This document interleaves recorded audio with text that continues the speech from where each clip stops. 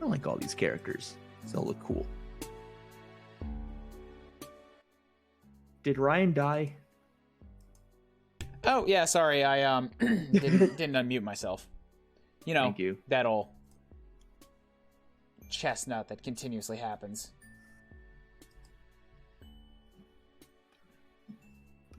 Where's the game capture?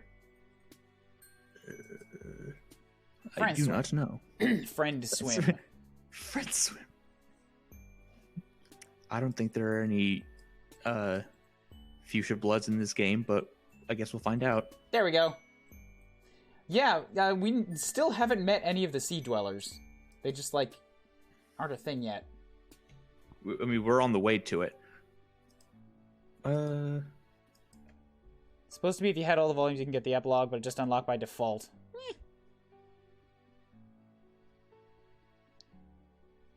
If you had all the volumes, you get because of a glitch. Okay. Don't scroll to the bottom of volume select. There's spoilers. I'm just going to point out to you all, guys, again, that I don't care about this particular game.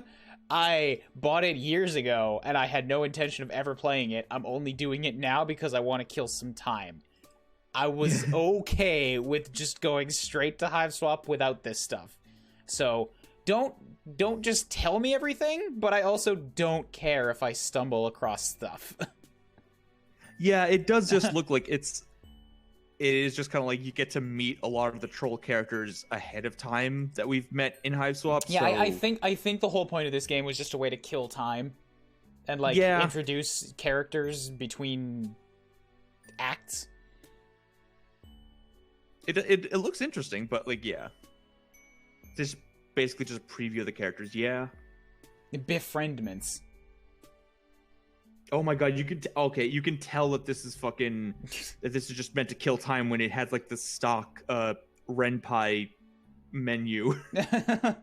Wait, what? Is this a stock game menu? Kind of, yeah. So Ardata, really? She's here? Everyone is here. I don't know who is Demon the hot dog dude? Yeah, I think so. Oh, I don't want to spend any time with him. Well, you don't have to. You have all these options. I can just pick whoever I want. Yeah. Sarava... Wait, why are some of them lit up? I don't know. Maybe they just ran out of signs for them. Oh, okay. So Sarava's the one whose party we're going to. Yeah. Skilla... No, Sarava's the gamer. Right. Cradea is the one we're going to. VIP, befriend Marvis, pit stop, have no self-respect. Befriend Bronya. I can't remember. Skilla. Was that the car? Like the ride? The thing that Voidrod is standing on? No. That might be the cowboy. The cowgirl. It's seriously just friends. Befriend the unspeakable. Also, keep in mind, I think like some of these characters are going to be like the ones that we met in like the train station or whatever. Yeah, probably, because we got one of them to not even come along. Befriend a fake date? What do you mean fake date? No, I don't want a fake date. I want a real date. Silence of the Clowns, Chronil, Tizius, Chixie. Chixie again? Ooh. Hello. Take me to Clown Church. God, no. God, that's a good word from the big man himself. No. Lanera, Gallic, Tirana, Old Secret. Ches says, yeah, you managed to squeeze into a packed schedule. Marsty? She's one of the Reds. She has to be. Oh, Marsty is the one, the cleaner on the train. The one that was mopping. Yeah, I'm like just shocked that some of these characters are important enough to get a whole batch of writing about them. Again, when you're killing time, you got nothing but just like write lore about characters. Hold up. I think somebody's missing from this. Who? Who's missing? Lonk is not on this list. He's in 2 of the pictures, but there's not something for befriend Lonk. Is Lonk not here? Hang on, I'm gonna look into this. Charon and BD appear in this game. They were intended to appear in Hiveswap Act 2. They were cut. It is sad and horrible. That's fair.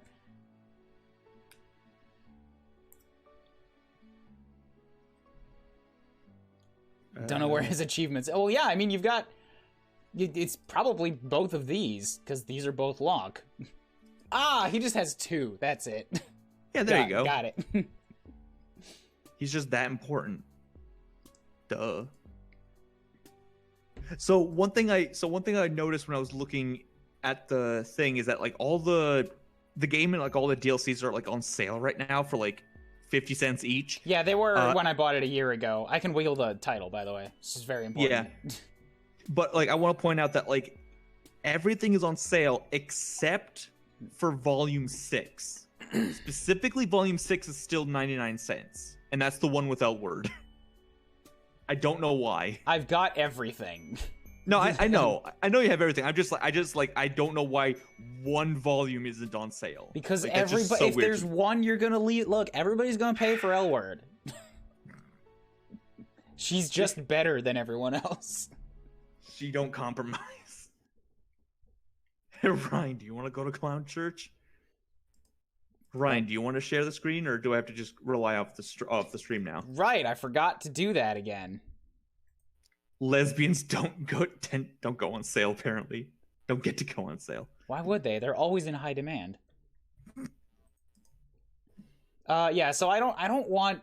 I just don't want. I don't want hot dog, dude. Like Arata's interesting, but I'm not. It's not worth a hot dog. Well, I've already told you where L word is. If you just want to skip to her. Yeah, I'm really thinking of it. Every one of these has one person I'm interested in, and then another one that I don't care. Except for 4. You know, 4 can just not be here. Yeah. I don't know. That's the weirdo, and I don't know who's the one with the hood. Volume 5? What's Volume 5? It doesn't have a name for that character on here. Cool. 7 looks not bad. Wait, based on their quirk in the picture, I think that's the character who had like the bandages on their face in the olive car. Maybe. I think that's who that was. Flagrantly illegal.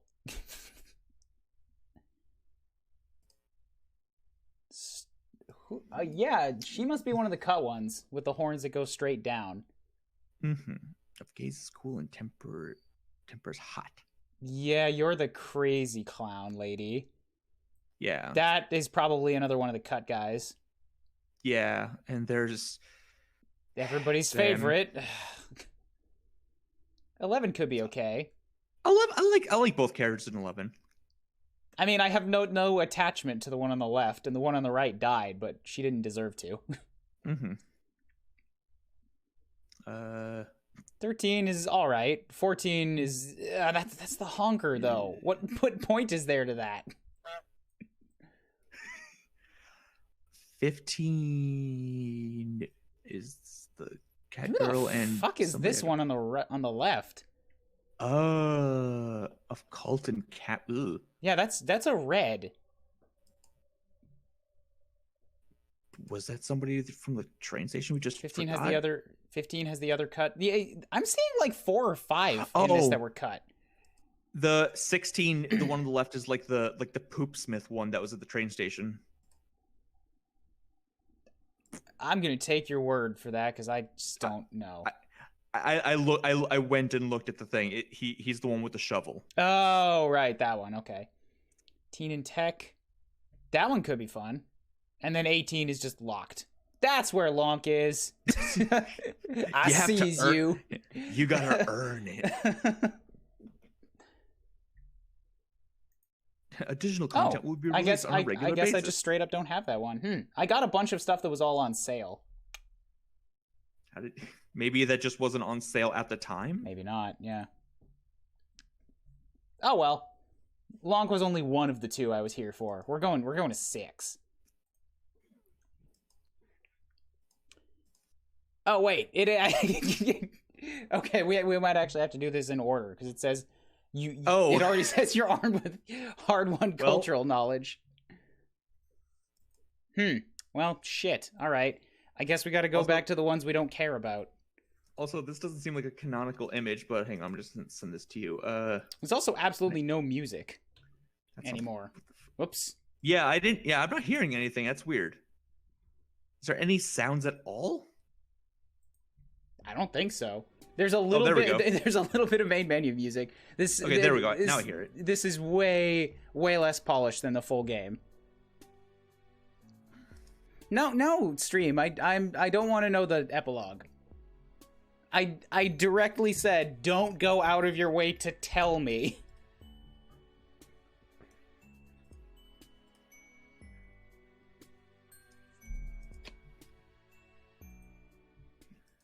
This feels photoshopped, but apparently isn't. What is this? That's sent it to you on Discord. I don't believe it. I don't believe it. I do. That whole, that's not a Photoshop. That's an actual, like, consistent art image. Somebody drew that. No, I get that, but it's like, I don't believe that Lonk would do that.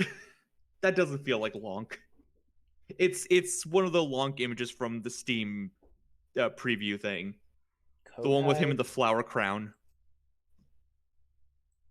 Whoop. There it is. Is it what I think it is? Maybe? That's... See? He do love. He do. It's in there somewhere. He can be a happy boy. Sometimes. It's not long. That's not long. Head off. All right. I'm talking about Zebra Volume 5. Gratuitous Zebra, that is who. Okay. We'll see you again another time. I don't know what I'm going to do as of next Saturday. I honestly think I'm going to play Helltaker, but in a Japanese language pack. I might join in on that even if I can't understand it. Might get back to some zero. But yeah, we still have to do this stuff. All right, fine. I guess if we're going to make this into a regular... Well, maybe. I might... Yeah, I like the idea of, like, really short goals. To always go back to another route. You can just do whatever you want. It's your stream. Crash landed on a planet called Ulternia and staggered from the smoldering wreckage of your ship. You are now completely alone in a strange world. I'm going to see if there's music when we actually get to the talking, and if not, then I'll have to put something on. Yeah, I was going to say, like, I can't hear anything again. What the fuck is going on? Desperate for information, for provisions, and possibly a bit of medical attention, but most of all, you're desperate for friendship. Won't someone on this godforsaken rock be your buddy? Any weirdo will do. You're not that picky. I mean, I kind of am. You're going to regret that. What's this now? Is this somebody approaching? All right, cool. Not hot dog. Maybe we could just pick one of two in each route and progress that way. Probably. God, even his horns have wiener tips on them. Fucking disgusting. Yeah, I don't hear anything. That's what the strange gray skin dealing clad in blue. Perhaps they will make for a good friend. All right, we need some tunes of some kind. Why'd you have to mention that? I can't unsee it now. How did you never see it in the first place? I mean, to be fair, we didn't see it at all. I noticed it a long time ago. I just was uncomfortable. Okay, fine. Fair.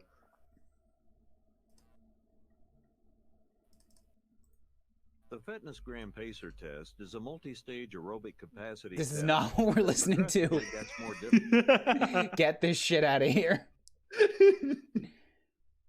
It's still close to Christmas. Maybe they have Christmas on Alternia. Let's put on Maybe lo-fi Christmas tracks from YouTube. Doesn't start until you actually meet the character. All right, cool. Well, let's try that then. Hey, you're right. I was wondering if they were gonna pull exactly that. We were one dialogue thing away. Amazing. Meet the character. God damn it, Wiener Boy has infected my vocabulary.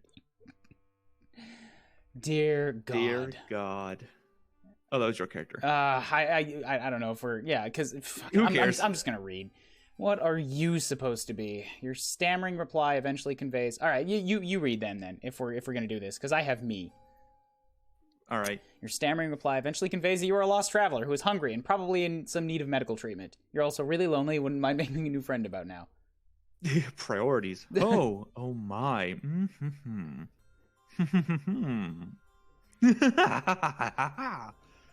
Oh, how funny this is. How very droll. You want to be my friend? I mean, I want some bandages first, but yeah. Apparently. It's too much. This thing at my doorstep wishing to know me in any capacity. The hilarity somehow escapes my ability to capture with maniacal laughter. How rare. By the way, don't blues live somewhere more secure than just a house? Don't they have like some kind of lock or like a lucis of some kind? You apologize for your presumptuous request. You hang your head, turn around, and begin to walk away. And just who invited you to leave? You stop in your tracks obediently and turn to face her again. Your possibly broken ribs are throbbing in pain, but this does not strike you as the right moment to exhibit weakness. But you know what? Smart. It dawns on me that we may have gotten off on the wrong saunterpod. Where are my manners? Ghastly behavior on my part.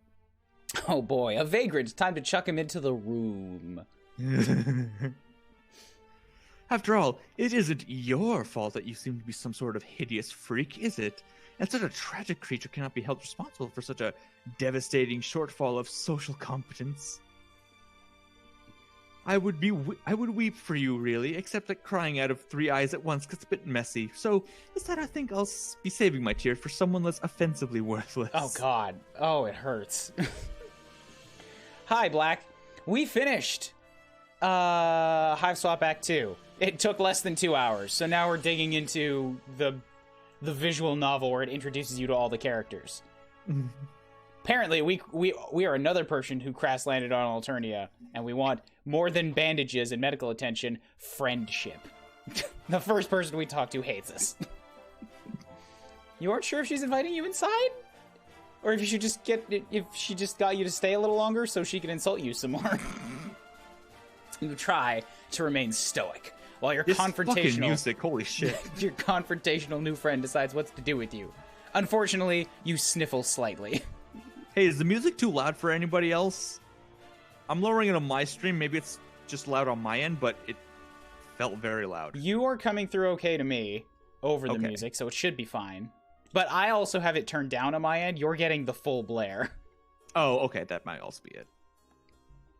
You're actually an Iseki pro tag, and you live off the power of friendship. On Alternia, that's not likely to go very far. I mean... Oh. Oh my, oh dear. You're...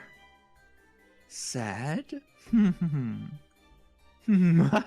So amusing to me, mildly entertaining, endearing even. Even? Just realized that I have to try and... There we go. Change the game.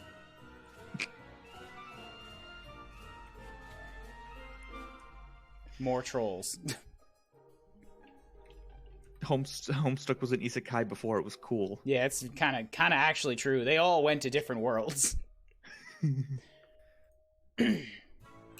Perhaps. I'll decide later if it's endearing. Once I have more information, it's entirely possible I will retroactively decide it's disgusting.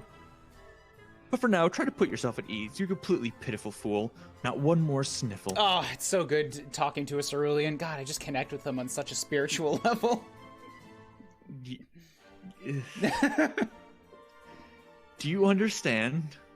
You nod while practicing exemplary control over your nose. Stop it. You've gotten yourself so agitated. I wonder why. You have nothing to worry about from me. Of course I will be your friend. Conditionally, I mean. There is a chance the designation will be formalized if you behave in ways that I approve of, starting now. Let's call it a friendship in progress, agreed? Okay, rule number 1, no going to your room. Rule 1, we go to my room. Oh, this isn't gonna work. Your heart swells. This is what you've been waiting for. A new friend. Oh gosh. All you have to do is try not to fuck up anything at all, possibly for many hours. My life in a nutshell. Any new person you ever meet. The struggle. Come into my hive. This way after me. You look like you could use nourishment. Ah, shit, we're dead already. Game over. What the fuck was that? That was a screen wipe to a different same Angle looking of the background. I don't know what it is that whatever you are eats generally, but it doesn't matter. You will eat whatever it is I have on hand if I tell you to. How does that sound? Wait, how does it sound? It sounds good, I'll do whatever you say, and it sounds fine, I guess. Chat. Do I offend the terrible lady with the spiky horns? I don't even know if it will offend her. It's just like, she doesn't really care what you think. Probably, but you know. Yeah, I know. I want to give people a chance. Also, I really do want to imagine that, like, that she just thinks you're pitiful just because you are literally, like, the stick figure MS Paint character that was, like, on the front cover. Oh, that would be great. Become slave versus become corpse. Decisions. Yeah, it sounds fine, I guess. Get the fuck out of my face and never come back. I love how easy it is. Reject! To get a game What? over. Oh my god, this art! Holy shit. Fuck out of my house. Oh man, all right. I've missed you, MS Paint. All right, clicky, clicky, clicky. He is literally a stick figure. Yay, fast forward button. Sounds good. I'll do whatever you say. Obviously, it sounds good. You will definitely enjoy it. You will enjoy everything I provide you with and tell you to do. I can't imagine any sort of negativity or disagreement coming from one of my friends. I will assume that we share this philosophy when it comes to friendship. Yes, you say, yes, absolutely. You nod as enthusiastically as you can without aggravating your broken ribs. Remember, you are hurt. Because you were on a spaceship for reasons. You consider giving her a thumbs up until you realize one of your arms is probably broken too. You'll try to make sure she doesn't notice. It would probably leave a bad impression. Oh, the second person MS Paint. Second person MS Paint writing. I know.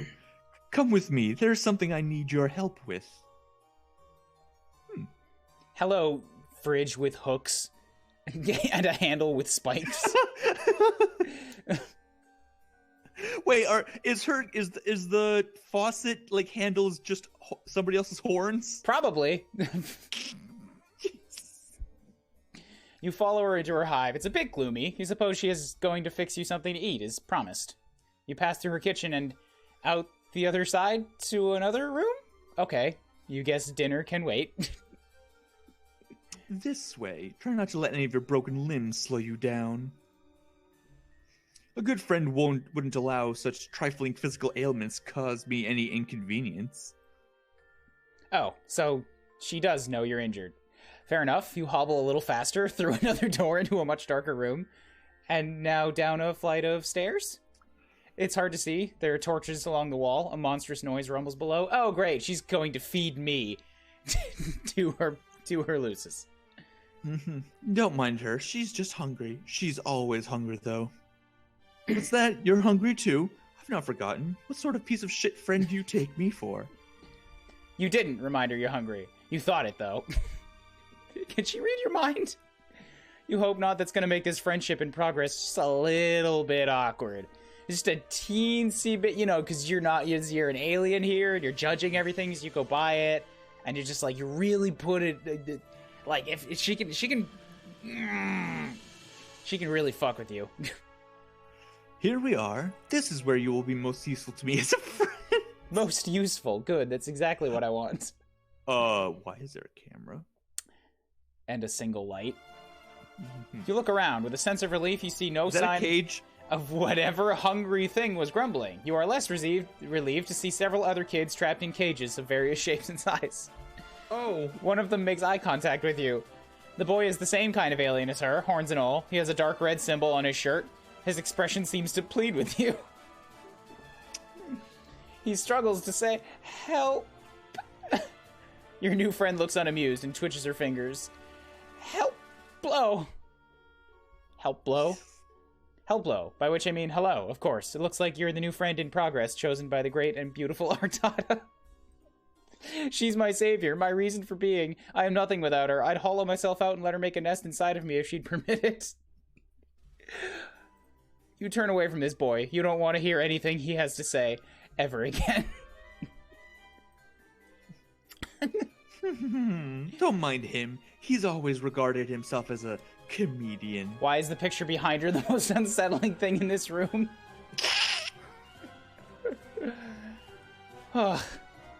Come, over here. This is what I need your help with if you're going to have any value to me as a friend. You were led to a dank corner of this, well, you're gonna call it like you see it, this dungeon. Your new child friend. You know, your new friend has a dungeon full of sad, suffering children, and presumably a monster lurking in here as well. It's not ideal. Then again, social beggars like you can't be choosers. I've been having an awful time with it. Yo, real talk though, if you fucking crash landed on a planet and your first priority was for some reason friendship, and this is what you did in the first 20 minutes of you being on the planet, would you be okay? Or would you try and flee immediately? Would you maybe look for a different friend? I mean, you're the one in control, Ryan. Are you gonna run away? Am I? Are you gonna abandon your friend? We are all slaves to the Huss. You can do it for me. It will save me time. You look at the thing in question. You doubt she's been having an awful time with it. You doubt this because it's still in its box, looking completely untouched since it was brought here. It's a box containing a table? A table that looks ominously like it was designed to keep a person strapped to its surface. I will need you to assemble it. What the fuck was that sound? Did you just whimper? I'm making ambient noise for the other characters. Here's a screwdriver in case you need it. I will assume other acquired tools are contained within the box. You take the screwdriver with your non-broken arm. This is not what you had in mind. But really, you don't know what you had in mind. A warm meal, friendly banter, perhaps a sling for your arm and a remedial bomb for your ribs? You open the box without protest. Oops. You don't know what you had. Yeah, cool. I can go backwards. Oh, okay. Interesting. Oh, I can just mouse wheel up. Yeah, Pie. this is definitely just Ren Pie. It's like a visual novel engine. Gotcha. Still pretty cool though. So what did she just there you pick go. up like a... Hold on, before you start, this will make for excellent content. My fans will appreciate this. Oh, that's what the camera is. She sets up a video recording device on a tripod and points it at you. A video feed comes to life. On several monitors just behind you, you see in one corner of the screen an unflattering angle of your torso hunched over the furniture box. You also see a baby picture of Arata on the wall. Aww. Adorable. Other rectangles contain shots of other kids in cages around the room. You suppose cameras are pointing at them. You had no idea this friendship came with the perk of instant stardom. Now you may begin. She's suddenly sitting in a comfortable-looking chair facing you and holding a chalice, swishing around some viscous liquid. Where did the chalice come from? Why is this just... Is she just lording over people for fun in a dungeon? You have all the parts spread out on the floor, organized according to their labels in the instructions. You try and remember the last time you assembled something like this. You don't really... you don't recall enjoying it. To be perfectly honest, this doesn't look like it'll be fun at all. She frowns conspicuously. Oh, how sad for you. I'm sorry. Is this activity not to your liking? Just think of a broken stick man, one arm limp, holding a screwdriver over an array of shit on the floor, and he's just...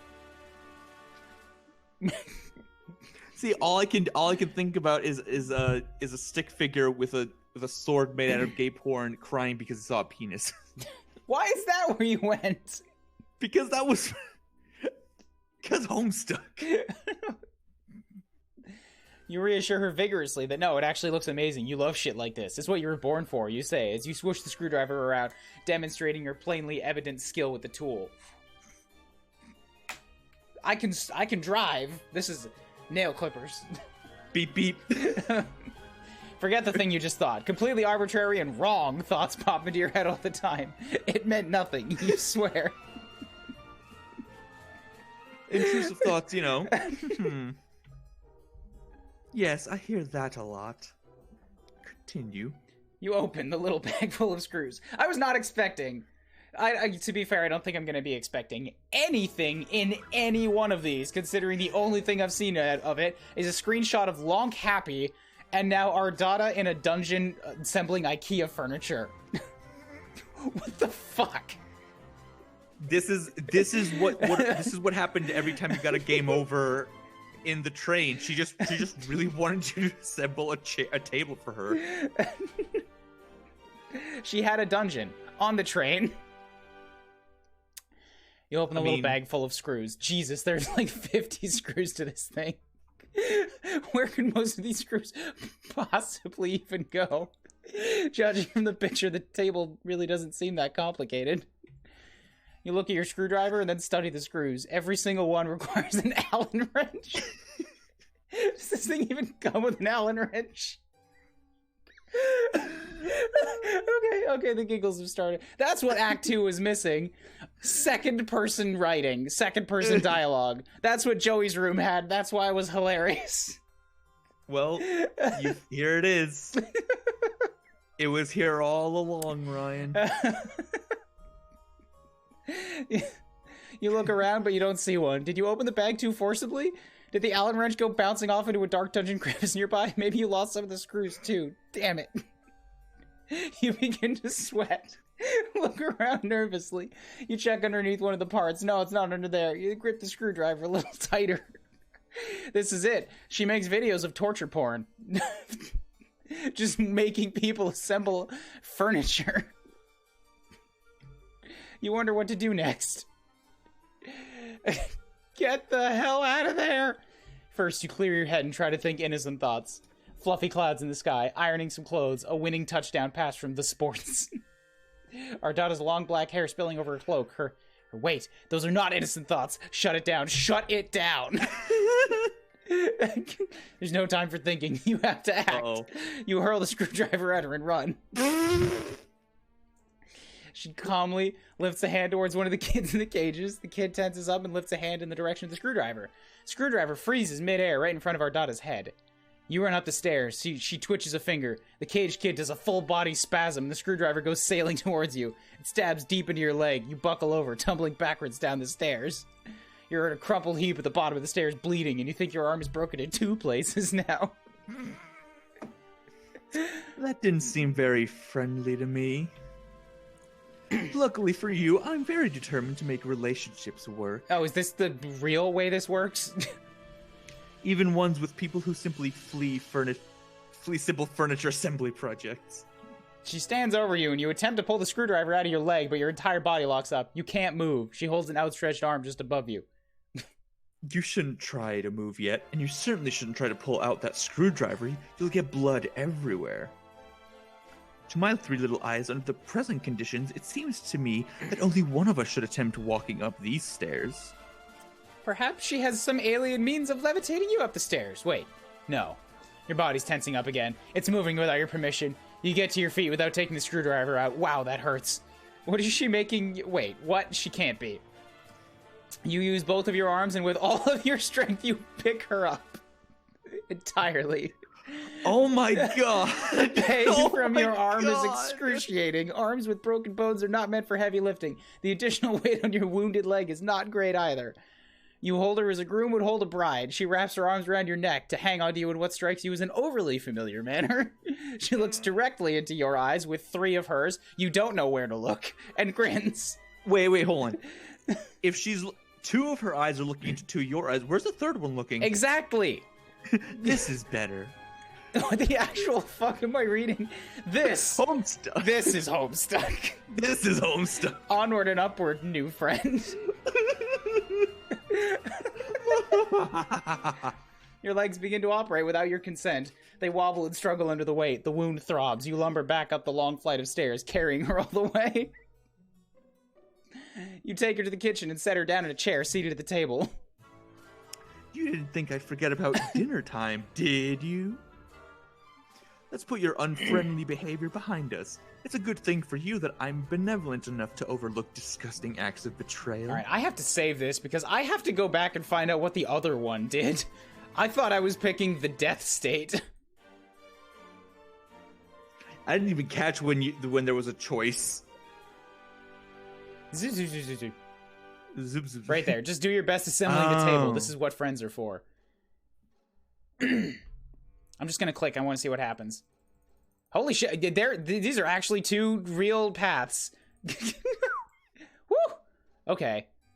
Well, we're gonna have to go back and do that later. Yeesh. One of them was not a direct failure, but it is legit just 2 different stories. I mean, this is, I don't know if I would call this success, but no, this is not friendship. You may have noticed I keep several friends in my hive who I have similarly forgiven. Oh, is that what that is? Consider the transgression blood beneath the abattoir. Now that she mentions it, yes, you are hungry. Maybe a warm meal will lift your spirits and get this heretofore turbulent friendship back on track. Maybe you'll even get the chance to pull this screwdriver out of your leg. Maybe. Let's not get ahead of ourselves. You pull One out step at a time. You pull out a chair and attempt to sit down, but your legs lock up and you stand again. Apparently this was not the right thing to do. Oh, but why are you sitting? By the way, ceruleans are psychic. They can force you to do things. They're powerfully psychic. There's cooking to be done. Wonderful. You stagger mechanically over to the fridge and open it. You pull out a large hawk of some sort of alien mystery meat and put it on the counter. With your broken arm, you reach in anguish for a big dangling meat cleaver. You chop the hawk, winching with each swing. You place the sliced meat in the frying pan, sear it lightly, and serve it on a plate very rare, just the way your new friend likes it. You didn't know that's the way she likes it, but you surmise this is what she prefers in a piece of meat, since technically she is the one doing the cooking. You put it on the table, along with a fork and knife. Your muscles relax, as apparently you are allowed to control your own body again. She does nothing, except look at you with a pleased expression. You eye the meat in front of her, then the meat on the counter, and the chair on the other side of the table. What should you do? Prepare a plate for yourself? Is that what she wants you to do? Well, it looks like you're confused. Isn't it obvious what to do next under your own volition? A good friend would know what to do. In fact, I don't think a good friend would take nearly as long to decide what the right thing to do next is. It actually seems to me that a very rude friend would hesitate for as long as you are hesitating.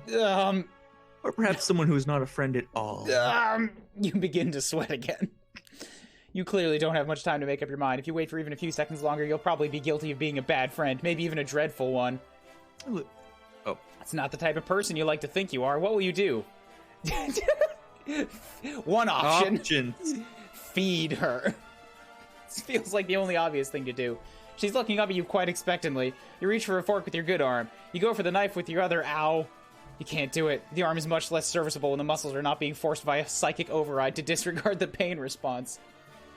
Nevertheless, she looks at you patiently and smiles. That's nice of her, you think, not to be mad about it. You feel like you're growing closer to your new friend by the minute. I can't believe I'm saying this. I want to hang with Hot Dog Boy.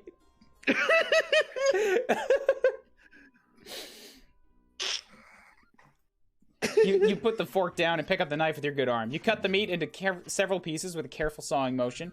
Put the knife down and pick up the fork and stab a piece. You put it close to her mouth and she seems pleased. Very good. Nice technique. Resourceful.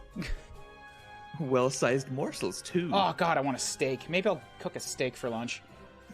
She chews the meat with excellent form. She has very good table manners, you think. When she finishes the pieces, you slice off some more and continue. The meat looks very good. Your mouth is watering, but she doesn't offer you any. Oh, well. When it's the right time for you to eat, you're sure she will let you know. Yeah. The meal is finished. There is no more meat. Except for a few pieces of unchewable gristle, which you did not try to feed her. That would be thoughtless. Very bad service. She reclines and steeples her fingers, looking quite pleased with how the evening has gone so far. Perhaps. Why is she laughing? Did you do something funny? Oh my! What a fool! You point at yourself, wondering if she's referring to you. You don't know what you've done that was so foolish. If so, you're also still not sure what she finds so amusing.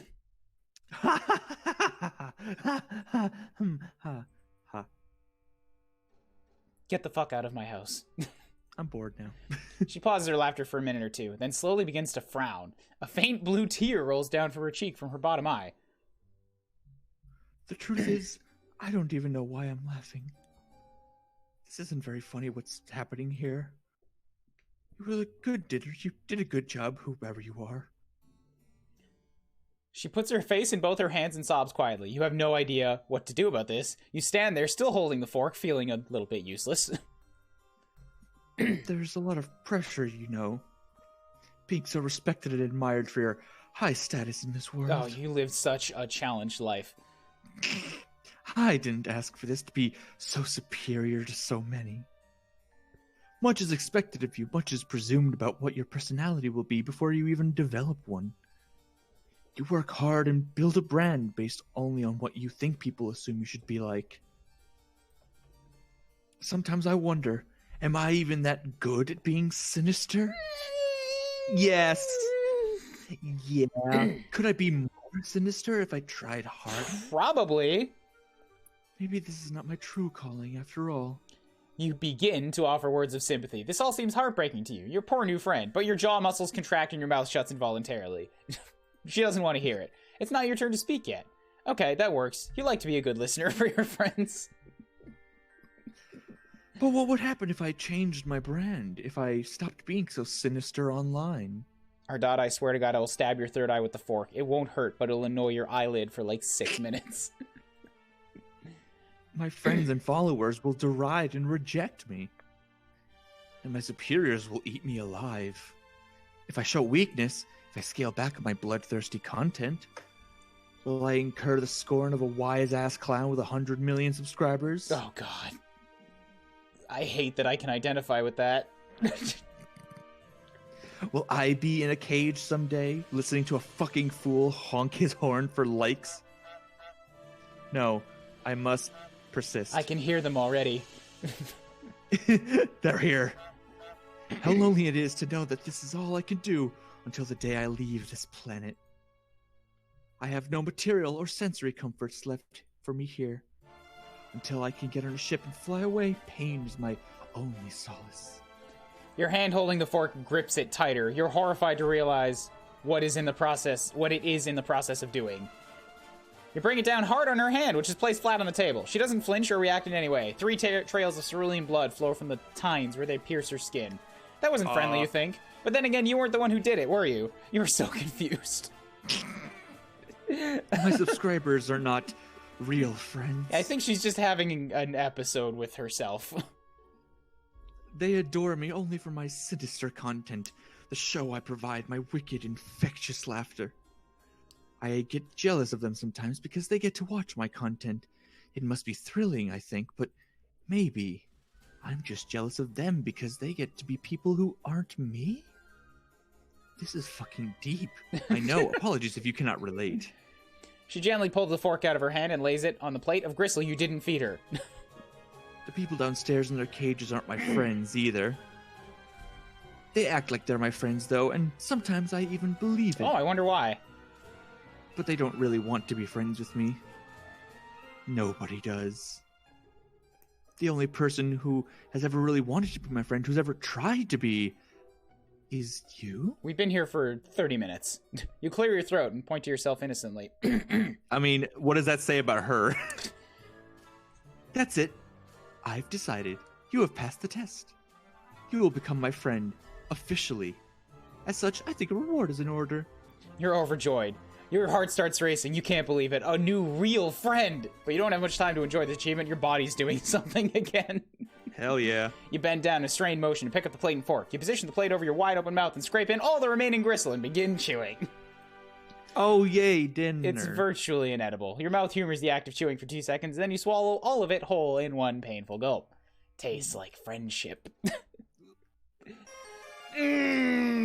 That's so good. Where's the fork wound on her hand? All right, chapter 1 down. We did it. Half of one, but yeah, no. Ardada's a dick. Befriendments. Yeah, there you go. Oh, I think these are ones that I already somehow have unlocked. Because these are all befriends, and this one just unlocked. You found out that being a cerulean blood is hard, nobody understands. And yet, I already have these ones filled in. So you're already friends with Long? No! You stole that from me, game! Wait, how can you be friends with it if you don't even have the chapter? What the fuck is... Like, he's pulling some crazy, like, some real social manipulation. Giving me the award. You can be friends with him again. Giving me the award for becoming his friend, even though I never even had the opportunity to do it, and thus he thinks I will never pursue it in the first place. Did somebody hack your Steam account and just play this game behind your back? I don't know.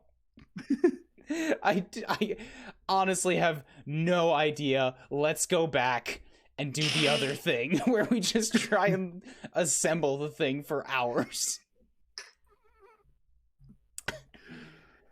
God, this is closer to standard Homestuck than Hiveswap is, because it's just a lot of text in the second person saying what characters do as if they are you. The you really makes it sort of land in a different way. Hiveswap is like the essence of Homestuck in a more accessible form. Oh, actually, that's a good point. Yeah, not only did somebody hack my account and play the long storyline, then they unbought the volume. They refunded it just to spite you.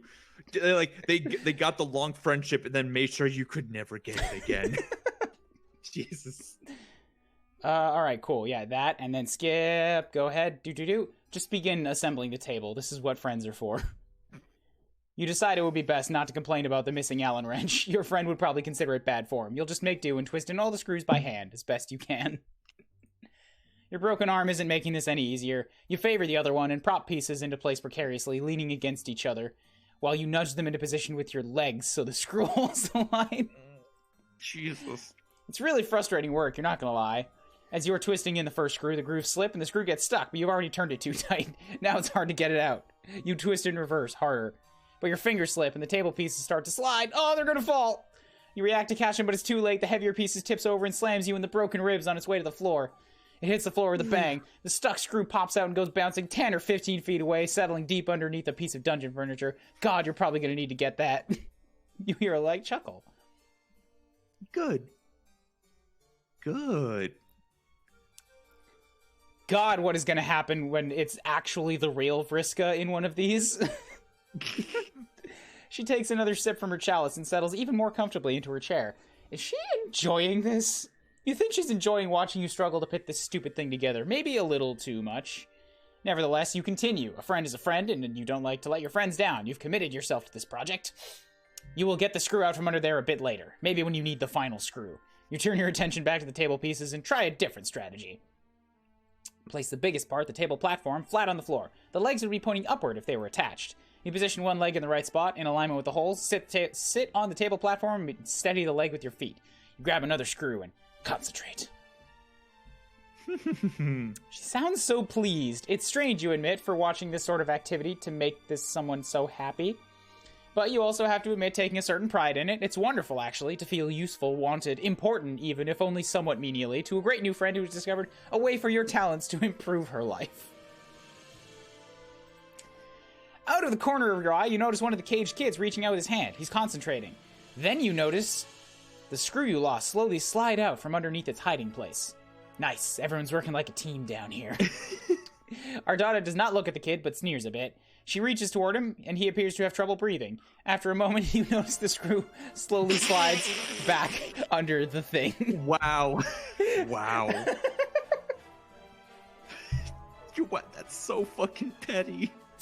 She releases him from his breathing problems, resumes her pleasant expression, and takes another sip from the chalice. You guess that was against the rules? You decide to make a note of it. Your friend runs a tight ship down here. You respect that.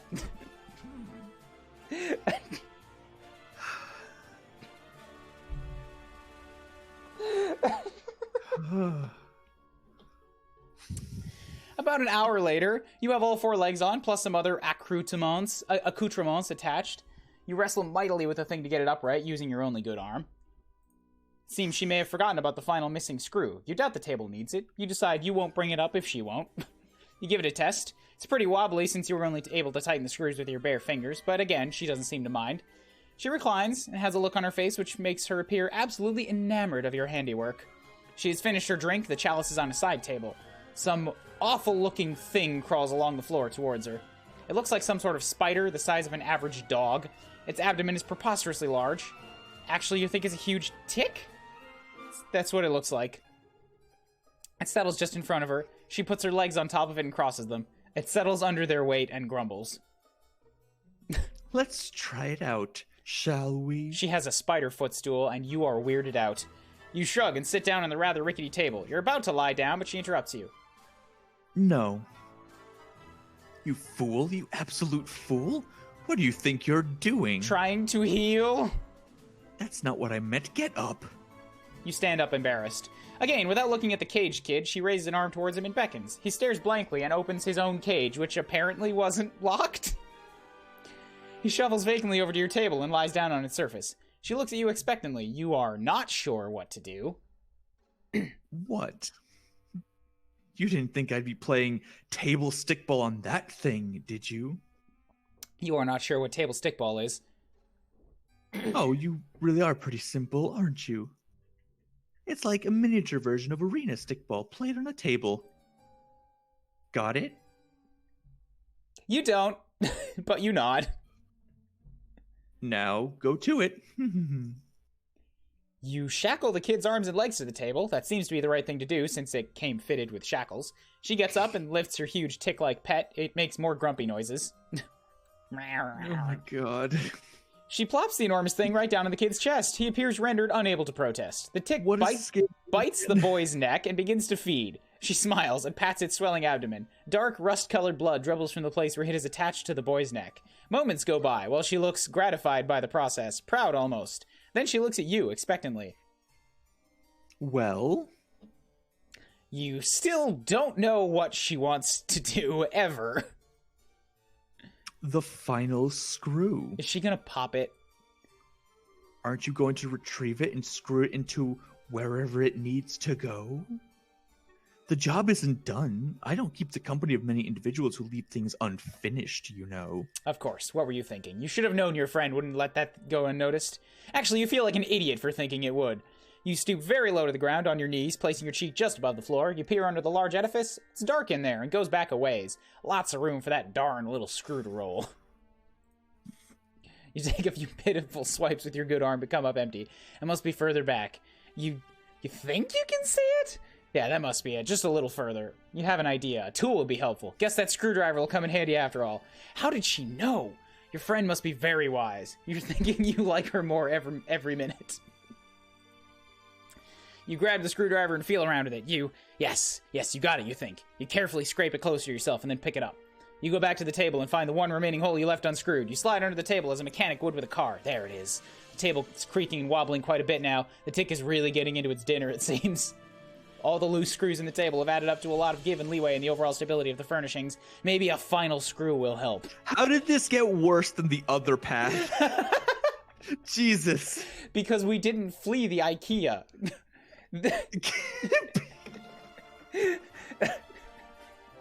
Artana has returned to the setup with the monitors. She's adjusting some settings on the feed, controlling the zoom of the camera, and typing some remarks into a chat window.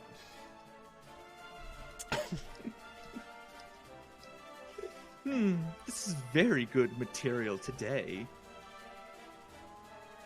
It's not often that I can provide content of this caliber to my subscribers. Go on, complete your project. This will be very good. You still think it's weird that she likes watching you put furniture together so much, but you're not one to judge friends. Sounds like a great way to lose friends, honestly. You screw in the final screw, but the stresses on the table are causing the holes to be misaligned. This won't be easy. The huge tick shifts its grotesque body above you, causing the table to creak loudly. You nervously slide halfway out from under the table to check it out. Then a loud pop, the sound of scraping metal. 6 or 7 screws shoot out of the desk like rivets in a sinking submarine. What a piece of shit this thing is. You think a little too late. You really needed that Allen wrench. All 4 legs splay out dramatically from underneath it at once, like a baby deer on ice. The table platform comes crushing down on your lower torso, breaking your pelvis. You bellow in pain and flail to pull yourself out.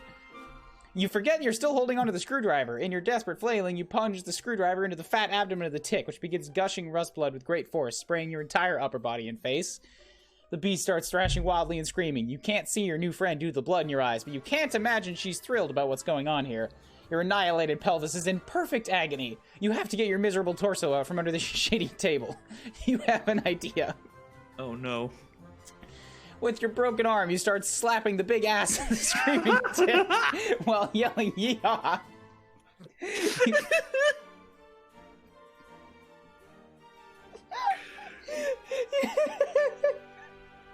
I'm sorry, I just really need like a screenshot of just that. With your broken arm, you clutch the screwdriver with your other hand hard. The blood-gushing monster starts kicking and rearing and then blasts off across the dungeon floor like a pig at a rodeo. You hold on for dear life, still blind, but your plan works. You've been pulled out from under the tomb you've spent the last hour constructing for yourself. Your pelvis is in ruins, but at least you're free now and riding like the wind. As you and your blood-smearing tick go tearing around the room. Is that Ardata, or is that the other one? Crashing into stuff, you hear a boy cry. You guess Ardata became distracted enough by your foolish display to cease her paralyzation method on him. Or maybe distracted is the wrong word. Maybe she's disappointed by your foolishness. Oh god, you might be blowing it right now. The tick swerves suddenly. It starts running up the stairs. Oh, your brittle pelvis feels every step on the way up. It careens through the rest of the hive, crashes through the front door, and then comes to a sudden halt. You've catapulted violently over its backside and sail 50 yards through the air. You land on your ass and wipe the blood from your eyes. Okay, this was embarrassing. But everyone makes mistakes, right? You can still salvage this friendship. You know you can. You turn back to look at her hive. Ardata's standing in the doorway with a furious look on her face. She's flipping you off. You will not be my friend. Rejection. Oh, that's what that was. What the fuck? That's why it's worse, because we fucked it up. Uh-huh. I see. Oh, my face hurts again. I love this writing. Slap the big ass of the screaming tick while yelling yeehaw. Fuck. Can I submit a PNG into the quote bot? I mean, you can just submit that. I said it. I'll just fucking... God. Let's do another one. All right. Is it 10:34? Okay, I still got some time before I gotta do my other thing. I think we can skip bratwurst because that's I think really only when we hop into volume 2 we'll see what happens. Because like if they all build off of each other, I don't know if that means you have to do both of everyone or just if you just have to do every volume. When I woke up today, I was not expecting to see a pig-sized tick bleeding uncontrollably through a psychic torture porn YouTuber after attempting to craft an IKEA table. Yeah, well, that's just like I say, you can't try to make sense of this because you will fail.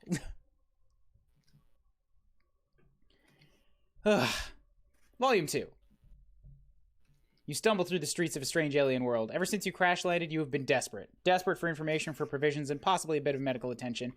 Along the way, you've had some laughs, embarrassing missteps, maybe even an encounter with alien meat products. You don't really want to get into it. It looks like it wants me to do both, but fuck it. What you do want to get into is friendship. Okay, so it does seem like it's not very linear, I guess, so who cares? An entire planet of endless friend opportunities awaits you. Honestly, at this point, you'd make friends with one of those weird purple bushes. You're not picky. Hello, Condi. Thank you for the follow. There are many spoofs and goofs here. I'm also an animator who lives in Japan. So, I do other things. Can't you hear it in his Japanese accent? Damate. Damate kureta. You see something in the distance, or perhaps someone. All right, so I want one of these, but I'm not really opposed to either one, nor am I drawn to either one, the same way as I was the last group. I feel like Amnesia is going to be the same as last. It's just going to be like some creepy like art exhibit where you're probably going to have to like get the paint for her or something. True, but I do like Blue Bloods. I mean, Calvin, I'm not saying don't do it. Calvin wants art. Anybody else got a counterpoint? Are you saying honestly, Sarava? I would probably, if I had to pick, I would probably say Amnesia personally. Also, I'm not saying it's a bad idea. I'm just saying it's probably just gonna be more of the same. You say just as if they're not gonna find some fucking way to make it weird. It can't be worse than Ardata. When are you gonna learn? When are you gonna learn not to make challenges like that? Famous last words. Lo, what light through yonder weirdly organic architecture breaks? A small figure approaches. Oh my gosh. You are so... So far you've swallowed quite a few insults in regards to your looks and intelligence level.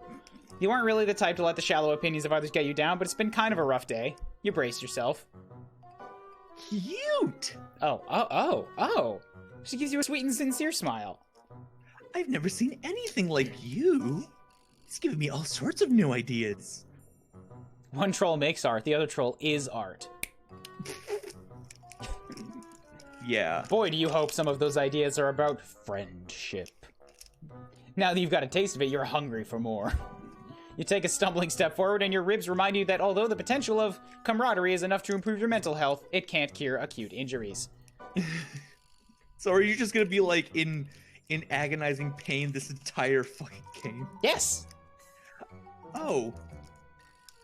By the way, I can hear whatever it is you're wrinkling. Almond Hershey bar. How dare you? I expect a higher caliber from my friends. Do I need to get the IKEA? You don't look so good. Come inside. What are you eating? I've been looking for new contributors. You don't get to ask me that. You're eating too. Yeah, I told you what I was eating. Contributors? Contributors? Did she mean friendship Oh, yeah. contributors? No, that's dumb. Maybe she runs some sort of alien newspaper and she wants you on staff. She looks a little young for that, but what the heck do you know about alien management hierarchy? You follow her to a nearby building, and now that you're looking up from your ravenous hunt for companionship, you notice that you've wandered in a kind of upscale part of town. There's a lot less garbage and people collapsed in the street. You see one of those spiky robot things, but it's washing a window instead of shooting a laser at a group of children. If that's not high class, you don't know what is. Before you can follow her inside, she turns around in the threshold, blocking your way. Real quick. You don't happen to be an artist, do you? As a matter of fact. Tell her no, you've never had much of a knack for it. Oh, good. Friendships between artists can be so fraught. Much better to just keep things between artists and art appreciators. That way no one can get jealous. All right, back up. Yeah, it's my... Yeah, I've been known to dabble. I see how it is. Well, you aren't going to sneak Ronan any trade secrets out of me. Goodbye. You completely blew it. Such a sad picture. Just flipping you off.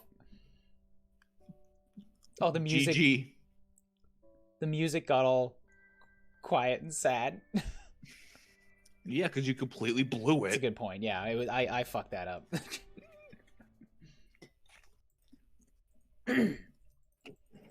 All right, click.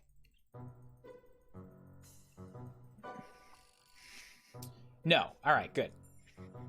The girl's smile widens even further and you feel an unbelievable rush of joy. Have you finally found someone who isn't a total fucking maniac? And she brought up friendship without you having to mention it at all. It puts a spring in your step, or as much of a spring as possible with a broken arm and a misaligned torso. Amicia leads you to an elevator with buttons labeled in spiky letters that make absolutely no sense to you. You realize that probably nothing is ever going to make sense to you again. That's okay, your hierarchy of needs has adjusted recently. Your new friend, you're jumping the gun with this descriptor, but you are feeling seriously good about this encounter, stands in the corner of the elevator, wriggling her claws. I wish I'd known I was gonna have company. I would have cleaned up a little. It's been a while since I've met anyone new. You assure her that whatever disaster her house is in, it can't be any worse than some other places you've been to here. Although you kind of get what she means, she's wearing an artist smock that's covered in splashes of paint. Doesn't really look like paint, actually, but it couldn't be anything else. It's every color of the rainbow. The elevator door slides open and you step into a space that you are relieved to find is totally recognizable. The table overflows with messy palettes and brushes, cloudy jars of water, and sponges. Several easels stand beside the windows to catch the light of 2 moons, and a number of canvases lean against the wall, turned so you can't see what's on them. First things first. She brings you to a wall screen that looks way more high-tech than anything you have on your now-defunct spaceship, tapping away at a series of unreadable symbols. She then indicates you should take off your sling. Maybe from Hot Dog Dude. Maybe. Here. Go ahead and stick it in there. She seems to want you to put your injured arm into a large hole in the wall, which you do because you're sure your new friend has your best interests at heart. The hole shrinks down like a blood pressure cuff, sending bolts of agony through you. You want to yank your arm back out, but you don't. Even if it's broken, you still like having it attached to you. Instead, you shout a lot and thrash your other limbs around. Calm down, you big wriggler. It's like you've never seen a medicalizer before. If you don't stop moving, it won't work. Tears spill down your face, but you force yourself still. You'll bear the pain, you'll do it for your new friend. She's looking at you so hopefully, and she's so delicate and pretty, almost angelic. You look at her face and tell yourself, it's all gonna be okay. Finally, the hole releases you, and you pull your arm back to find it completely healed. You can move your fingers. It doesn't even hurt anymore. Things are looking up. Now, what about those ribs? See, I told you. This is great. You're overwhelmed with the urge to celebrate. Get excited and dance your new friend around the room. You resist the urge to try and celebrate. You fail to resist the urge. You take Amicia by her tiny hands and twirl her about the studio, or you try to. You forgot about your busted ribs. You sure are doing that a lot. You let go of Amicia and go careening into one of the tables. Thankfully not the one covered in art supplies. You hit the corner and go down on your already incredibly sore ass. This is what you get for acting like a huge fucking tool in front of your new friend. Are you okay? Was that some sort of ritualistic rite of healing I've never heard of before? You shrug against the floor. Amicia leans down and picks you up in a bridal carry, despite the fact that she's about half your size. It makes your ribs hurt, but what doesn't nowadays? She lays you down on a weird lumpy couch. Are you sure you're okay? You look a little... She trails off to nothing. She's looking at your left arm, which you have draped over yourself awkwardly, to sort of try and hold your torso together. That color... At first you think she means the color of your skin, which is different than her light gray. Then you think she means the truly fantastic buffet of bruises you've got going on. Oh no. But then you realize in your prancing idiocy you've managed to scrape up the inside of your arm. Blood oozes sluggishly from the wound. Amicia dredges a finger through it. You're half expecting her to put it in her mouth and for this thing to become a whole cannibal situation. Well, since you aren't the same species, it wouldn't really be cannibalism, but still, no thanks. No thanks. Instead, Amicia just holds her finger up, then the drip of blood trembling on the tip. This color... I've never seen anything like it. She dashes off to one of her tables, pulling over a sketchbook and dragging her finger down it. Your blood paints a rusty line down the center. She lets out a little squeak of excitement. This is... amazing. What, red? Not red. There's a million dirty little rusties swarming all over the city. I'm drowning in red. This is... crimson. It's incredible. You must be some sort of mutant. You're really lucky I found you instead of one of the drones. Oh, am I? Yes, very lucky. Ha ha ha ha ha ha ha ha, the luckiest. Though your arm is healed and you're out of whatever doubtlessly weird weather happens on this planet, maybe Amicia's right. Maybe you are lucky. You close your eyes and try to breathe. Zen yourself out. Really center yourself in on your own body and all that garbage. And she has an axe. Wow, you aren't sure you're centered anymore. Wait, no. Then you open your eyes, and wow, you sure aren't centered anymore. The total deadpan delivery. In fact, you roll completely to the left as you try to get away from Amisha, who's back and standing over you with a gigantic axe. Watch out! Amisha grabs you, drags you back onto the couch, and plants her hand on your solar plexus, effectively pinning you down. You'll hurt yourself if you keep flopping around like a beached blubber beast. You want to be friends, don't you? You want to help me with my artistic aspirations, right? You have an axe! You get the feeling she might be trying to manipulate you. Don't Just the you? Tiniest little suspicion. Teensy. It's possible Amisha has recognized your intense craving for companionship and is trying to exploit it.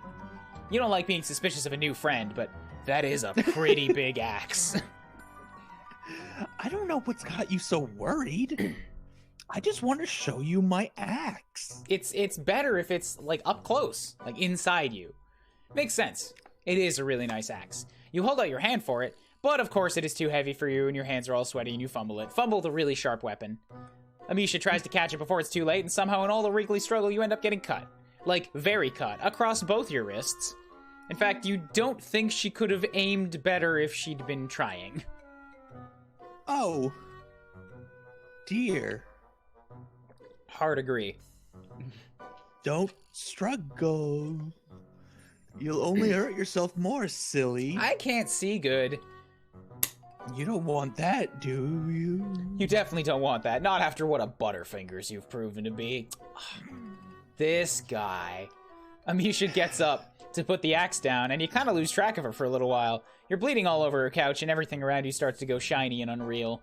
She comes back with a couple little jars that she uses to catch your blood. That's a good idea. You sure are making a mess. I was gonna say, like, isn't she gonna, like, try and get the blood for later? And, you wonder if they are specifically blood jars. They look like jam jars. Alien Jam. Space Jam. God, you love that movie. It's been so long since you've seen it. Definitely the best PG movie about basketball. Way better than the one about the dog and the clown. Do they even have basketball here? You ask Amisha. She just shushes you and brushes your hair back off your forehead. She keeps smiling and saying comfortable things. God, she's such a good friend. I love that you're just like, as you're dying, you're just like having an aside of like, God, I love Space Jam. the blood is continuously like covering the screen as well. Clouding your vision. Before too long, you do what it's honestly a goddamn shock you haven't done before now. You pass out. When you come to, you're propped up against the wall in a weird way that you wouldn't love even if you weren't an invalid, and both of your arms are jammed in a hole in the wall. Oh, damn. The med hole. The glory hole of well-being. The magic sphincter. You grunt and pull your arms back. They're healed. The cuts on your wrists are just two faded pink lines. The glory hole of well-being. Go ahead, add it. Add this whole goddamn game. It's just gonna be more confusion in 2 months. It's too much. You take a step away from the wall and immediately hit the ground. You may not be actively dying anymore, but you did just lose like half the blood in your body. Gosh, you're tired. A little giggle makes you turn around, or roll over since you're still on the floor and probably not getting up anytime soon. It's fine. You've met worse floors in your life. Amisha's sitting at one of her easels, her hair pulled back beneath a scarf and little round glasses perched on her nose. A jar of your blood sits next to her, and as you watch, she dips a brush in. I'm glad you're awake. I was a little worried it actually killed you back there. She laughs, and you laugh along with her. It's very funny. Actually, everything's funny right now. It's probably the blood bloss. You ask her what she's painting. You, of course. You inspired me. Well, right now it just looks like a bunch of red squiggles and some lines, but she only just got started. She's warming up. She sits there on her stool, looking at her palette and chewing on her lip thoughtfully. She looks somewhat nervous. Actually, I want to show you something. Something I've never shown anyone else. She leaps up from her stool and crosses the studio. You roll to your other side and keep her in your line of sight. You really hope she isn't getting another Space Jam jar. She...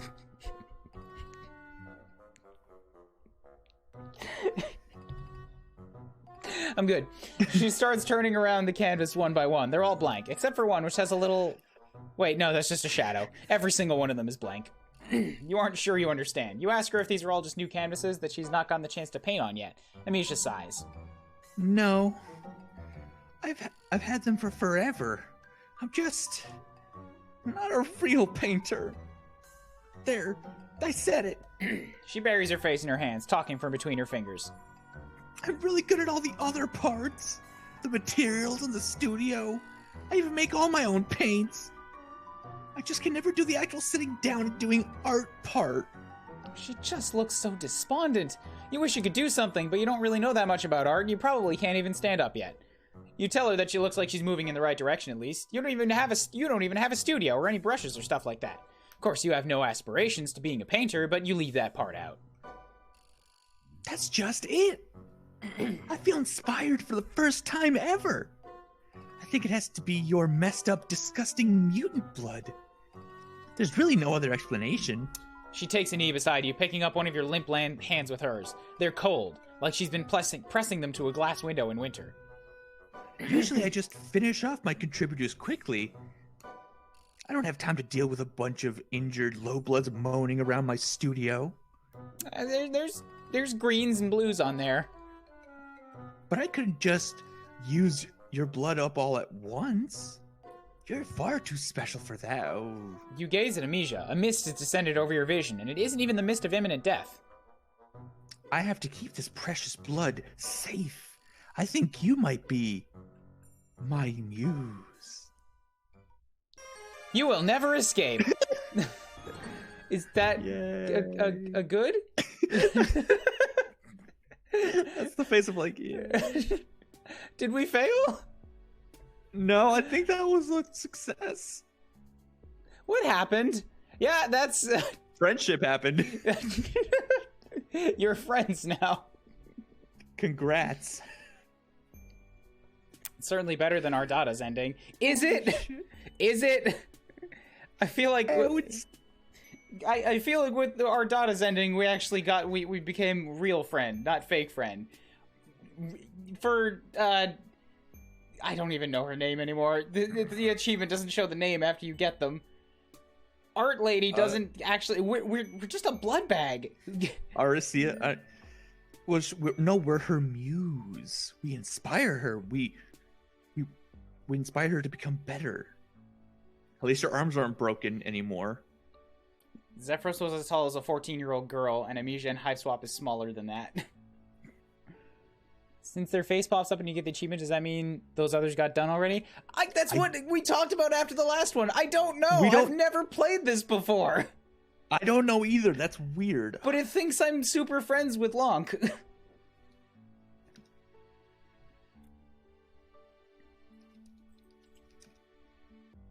All right, well, I don't know. We're at 3.5 hours. Is this like the glitch that they were talking about before? You want to do one more? Yeah, sure. Close menu. Let's go back and do hot dog. I don't want to, but fuck. At least I don't have to voice him. So, okay, I'm looking this up on Reddit for like a year ago, and somebody else has like a screenshot where they have like certain befriendments already unlocked, and it's the exact same ones you have. So yeah, it's probably a glitch. It's probably a glitch. Marvis is only average adult male height. Maybe, but Marvis is not an adult male. Marvis is as old as everybody else. Roughly. Someone is approaching. A strange, gray-skinned alien with a cozy-looking vest. Perhaps they will make for a good friend. Mayhaps. What's up? Oof. Hang on, sorry, I didn't get a good look at you before I started talking. I guess you're really weird looking. Kind of uncomfortable about this. Well, cool. So am I about your fucking dick horns. Your stammering reply eventually conveys that you are a lost traveler who is hungry and probably in need of some medical treatment. You're also really lonely and wouldn't mind making a new friend right about now. Stop talking about hunger. I want steaks. Hungry, huh? I see what your game is. You aren't sure what he's talking about. Then your eyes drift towards the obvious target, that exquisite hot dog he's holding. It looks really, really good. Your mouth starts watering noticeably.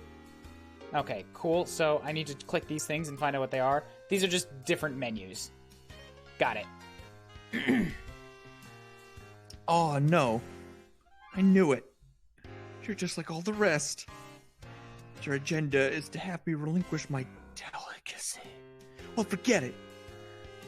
I've been tricked out of 2 other oblong meat products this week already. I know you probably think I'm an easy mark due to my blood color, but I still have some dignity at least. You don't know anything about his blood color or why that would matter in this conversation about his hot dog. You're hungry, sure, but you didn't mean to cast a threatening gaze at his meal. All you really want to do is make a new buddy, so you don't feel quite so alone in this strange new world. I see. You just want a friend and not my sweet meat? Sorry I get a little paranoid when I walk around with such delicacies in public. I don't know if I want you to lean into the whispering words or if it's weirding me out. You can't be too careful. Folks tend to get that greedy look in their eyes around my warm sausage. It's definitely worse and better at the same time. These are odd ways to express the things he's saying, you think? But it would be rude to point that out. Probably best to change the subject. Get this blossoming friendship moving in the right direction. Ask if you can have a bite of his hot dog. It looks amazing. Forget it. I'm leaving forever. Bye. Disrespectful. No. My arm is still broken. Why am I doing this? Oh, it hurts. It hurts. But not as much as the pain of rejection. You disrespected his hot dog? I disrespected our blooming friendship by asking for a bite of his hot dog. Ask if he lives nearby. Yeah, or I used to, I mean. My place was bombed by drones a while ago. Now I don't have a hive, but I'm making it work out here. Foraging for tasty things where I can. I've gotten pretty good at it. Talking people into giving me meat products, I mean. You quickly feel a sense of pity for your new friend. You thought you had it rough, crash landing here, hungry and friendless, and come to think of it, feels like your arm is broken? Your ribs too, maybe, but enough self-pity. This is about making a great new friend. You ask your friend if there's anything you can do to help improve his life. Oh, wait. Are we friends now? Like, is that official? Man, I don't know. Why don't we slow it down a bit, see how things go? Mate sprit me. Not saying it out of the question, I'm just thinking I should take some time to see if you're actually friendship material. We can share your hot dog. Nobody can share my warm sausage. Someone I trust, you know, not just another looky-loo gunning for my delicacy. Oh, damn, you got out over your skis again. Of course he's right, this is totally reasonable. You feel sure you can do what it takes to win him over. You make a mental note to avoid looking at or mentioning his hot dog since it seems to be such a sensitive subject. Then put it away, man! You do everything in your power to avert your gaze from the hot dog. You are aggressively not looking at it, in fact. Don't think hot dog thoughts. Don't think hot dog thoughts. It's working. You aren't thinking about hot dogs at all. It's like he isn't even holding one, and no one ever even brought up the fact that hot dogs exist. He seems to notice on some primal level your current non-hot dog mindset. He smiles. You pay closer attention to the boy's face. It's a nice smile he has, actually. Very kind, disarming. A few freckles here and there, a mop of messy hair draping over his eyes. What a nice friend this would be to have, you think. He's kind of adorable, really, if you disregard the prickly attitude about his hot dog. Oh, wait a minute, you don't want to start thinking thoughts that are too friendly. You should dial this down a little. Stick to the basics. You just want a cool new friend, nothing more. You should try to spark up some non-meat related conversations soon before things get awkward. You wonder about his house. It got bombed? Yeah, you know. Routine drone pass through my hood. A little bombing, a little culling. That's how it goes around here. I was a lucky one. My Lucis, not so much. He's a goner. Ah, well. You don't know what a Lucis is, but you can deduce it with something important to him, who probably died in the bombing. Rather than overwhelm him with annoying questions about his culture, you decide to... The right play is to show some sympathy. Thanks. I miss him.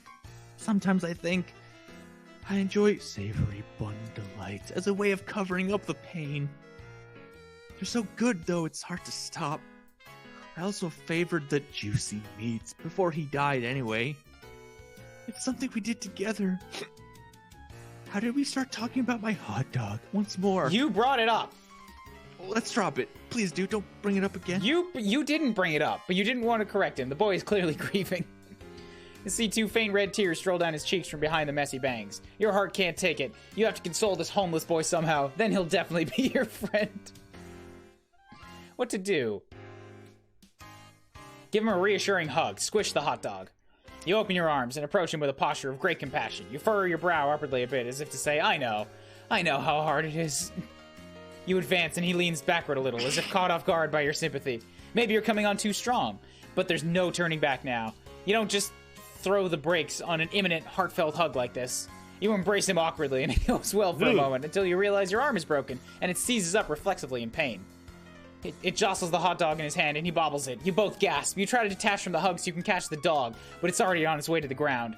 In your attempt to save it, you stagger backwards and slip. The hot dog gets smushed under your big dumb ass the moment it makes contact with the ground. Demon lets out a shriek. Ah, no! Oh! Dude! Dude, my dog! You scramble to get up in time, hoping you're not as owned as it looks. But your feet keep slipping and your butt keeps grinding the hot dog into the mud. When...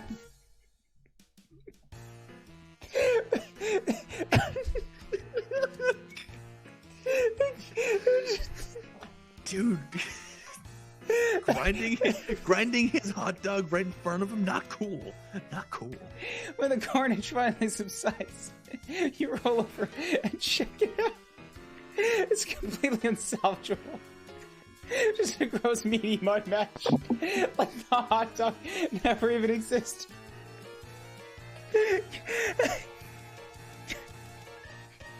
Well, it's the fucking... It's the way it just keeps going.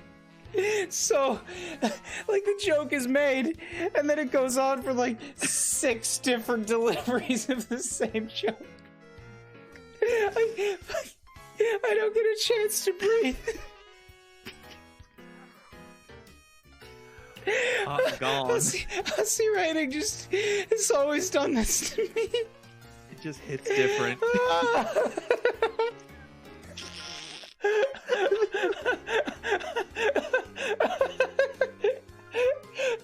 damn it. Demon howls in agony and slumps backward against a tree. Oh no, you fucked this up so bad. That's it, man. I've lost everything. Not sure what the point is of even living anymore. You are absolutely mortified by your clumsiness and foolishness. You have a feeling you'll be thinking about this moment for years to come, during those insecure moments when your mind seems to be looking for any excuse to make yourself cringe with self-doubt and shame. Still, Don't fucking call me out like that. You can't help but feel this guy's being a little unreasonable. It's just one hot dog. There are probably plenty more of those to come by for those who know where to look in this strange world. He himself said he makes a habit of enjoying these, so it can't be all that uncommon. Maybe he just has an unusual psychological disorder surrounding on the fixation of this particular food item. Yeah, that could be it. Poor guy. This just means he needs your support as a friend all the more. You won't give up on your friends, or for that matter, people who you're trying desperately to become friends with. That just isn't who you are as a person. Maybe you have an idea. You run it by him with a sense of optimism and salesmanship. The past is behind you. There's no need to wallow in self-incrimination and guilt over the hot dog incident. Demon perks up a little. You want to help me get another hot dog? It could be a fun adventure, you say. Something to bond over, to bring two new buddies closer together. Okay, you don't say that out loud, but you really hope it's true? I don't know. Could be a long shot. Sometimes it could be days before I'm united with another plump treat. Glistening with perspiration, steaming, relaxing comfortably in a soft, melt in your mouth low. Okay, Aqueous. Damn. No, I really want a hot dog. Guess I don't have much choice but to take you up on your offer, do I? What do you have in mind? It's a good question. You haven't made a plan yet, and frankly, you don't even know where to begin, but he's interested in spending more time with you, which is the most important thing. You'll figure it out. You decide a display of confidence is called for, a real show of leadership to improve morale. You smile, hold your head up high, and tell him to follow you. You know exactly what to do. Not at all, really, but you give no indication. He's definitely intrigued. You've got him hooked now, you think. He's probably wondering if he hit pay dirt, finding a new friend with the hot dog hookup. Of course, you don't have the slightest idea where to find a hot dog, but you've got to admit, you're enjoying the feeling of being important and valued by a potential friend. You don't want to do anything underhanded. Yeah, you can't help but feel you probably should milk this social gambit for all it's worth. This way, you say, as you begin marching confidently in a random direction. He obediently follows and begins rubbing his tummy. You begin to feel nervous about this immediately. I gotta head out. I didn't think it was gonna be so soon, but I gotta head out. Okay. We'll be done after this one. Have fun with the rest of your hot dog adventures. You begin to feel nervous almost immediately. Hooer. Send me a link. I'll send folks your way when I'm done. You have absolutely no idea how this is going to play out or if it stands any chance of resulting in a hot dog at the end of the journey. Oh well, you'll figure something out along the way. You lead him through the streets and winding through the yards of strange-looking houses, and he follows. He takes care to make sure you're both not seen, which could get you both into trouble, apparently. The improvised circuitous route appears to provoke his suspicion. Dude, are you sure you know where a dog is? It seems like maybe you lost. Oh, absolutely. You're absolutely sure you know where to find when you say you're just throwing anyone off the trail who might have been following you. He nods solemnly, as if that makes perfect sense. Whew. But you can't keep him guessing like this forever. You've got to do something. Take some bold action. Keep his interest in his wiener quest. You say this way. Down here. This is a shortcut to the hot dog supply you're privy to. It's the mother lode. In the sewer? Yeah, totally. It's just a short trek through the sewer. Shouldn't be more than another hour, or several, of sewer trudging. That is, if he still has the will to do what it takes to get his hands on more juicy dogs. Oh, hell yeah. You know it. After you, man. An hour later, you're so deep in the sewer you've lost all bearings and sense of direction. You could be anywhere by now, you've taken so many crazy turns. You don't let up for a second that you're lost. You've made each turn with decisive conviction. He's still following you, but now he's having trouble keeping up. He's out of breath and struggling with the foul smell. Can't say you're enjoying it much either, but you can't let on to the fact that what you're doing now is anything other than the most casual routine for you. Like you do this every day, just a quick jaunt through the sewer to hit up this vast mythical trove of meat products. Okay, when you put it that way, maybe this all sounds a bit insane. Still, you're in too deep to second-guess yourself now. Hey, I gotta stop and rest. I can't lie, I'm starving for a heavenly frankfurter. But this might be too much for me. I don't think I'm cut out for this. You pause and look back. He's sitting down, slumping against a filthy sewer wall. You're intensely relieved to see you may have just won this impromptu game of sewer hot dog chicken. But more importantly than that, this looks like the ideal time to show some sympathy and have a bonding moment with your would-be friend. I am so dry mouth. And so much talking. You sit next to him and with your broken arm, put a hand on his knee in a platonic but deeply understanding way. Your arm hurts when you do this, but it's worth it. Every little gesture counts when making a new friend. I kinda suck. My looseness is gone, I don't have any skills, and most people think I'm weird for liking hot dogs so much. I'm probably just gonna get cold. I'm not good at going on adventures or doing anything hard. All I'm good at is finding an easy meal here and there, however I can get it. I like talking people out of their fine sausages, using tricks or other ploys which end up losing me friends. It's been unthinkable that anyone would want to do something nice for me, or would want to have that sweet, sweet meat I desire. At least it was unthinkable until now. Your heart begins to race. Could it be? Is this shitty improvised sewer escapade actually working? You can't believe it. Nobody's ever done so much or worked so hard to try and get my hands on another magnificent banger. Sorry for being emotional, but like this is new for me? I don't know how to handle it. I'm just so grateful. I'd be thrilled to call you a friend, man, whatever you are.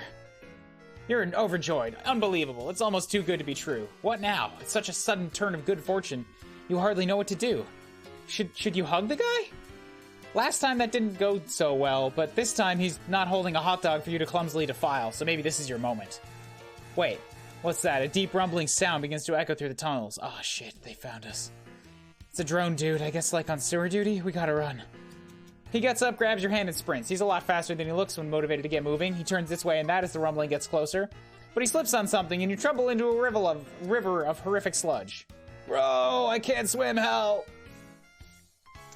Your bad arm finds purchase on the ledge, and though it's very painful, you heroically salvage your friend from the muck with the other arm. He coughs and gasps for breath. You find a nearby ladder, shove him upward until he starts climbing on his own, and you follow him.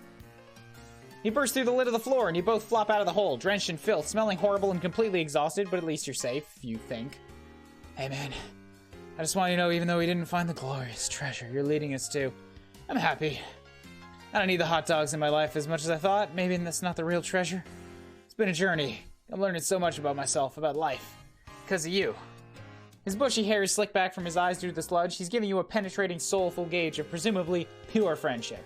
Or is it even deeper than that? Wow, this is intense. Something catches your eye just above him. Something dangling. Lots of dangling things, actually. Come to think of it, it's really cold in here. Freezing, in fact.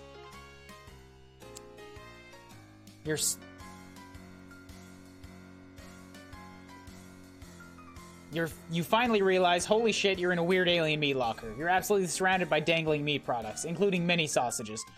Thousands of them. You begin to sob. Your raw sobbing soon turns to unrestrained wailing of raw catharsis. He joins you and the tears flow freely from you both. You embrace each other and you let it all out. Suddenly it hits you, both of you. This is by far the happiest day of your life. Meat heaven. Gross. That one was less awesome. I'm okay with never talking to that guy again. Why does a freezer lead to the sewer? I don't know. Don't ask it. We're done. We're done today.